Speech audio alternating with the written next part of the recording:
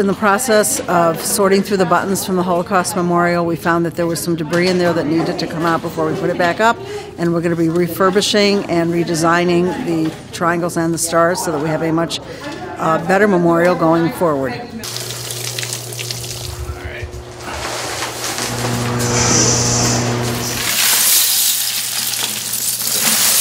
There were 6 million in the stars and 5 million in the triangles.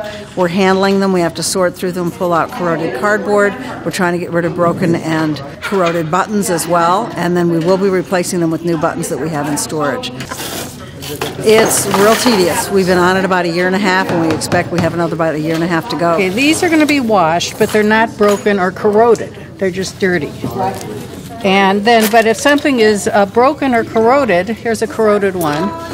We put it in a special container, and those are kept separate so they don't contaminate the other buttons. Our plan is to locate down at the Riverfront Museum. We've been in discussion with them, and we're both pretty excited about this prospect. We're still in the engineering phase, but we think that that's where it will be located. We have all sorts of volunteers, and they come from churches, from everything. So we told the schools that this was also a good project for children volunteering and learning about history. And a teacher from Dunlap came with 5 or 6 girls, and these girls were mostly from Palestine.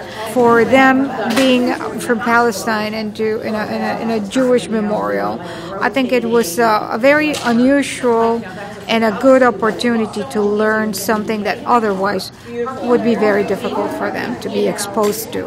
This is something that children should be exposed. Children from any background, any religion, all diversity, because we all should know what happened so that it doesn't happen again. The only way to prepare people for the future is to show them the past so that the mistakes from the past are not made in the future. Do you see the diversity and how different the buttons are? That's the diversity of mankind, of humanity.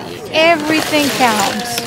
Every single button. When you see this memorial back up and you see all those buttons and you imagine every single one of them representing a person, it becomes a little bit easier to comprehend the magnitude of what happens when we turn our backs. People need to remember. People need to remember what happens when hate goes unchecked.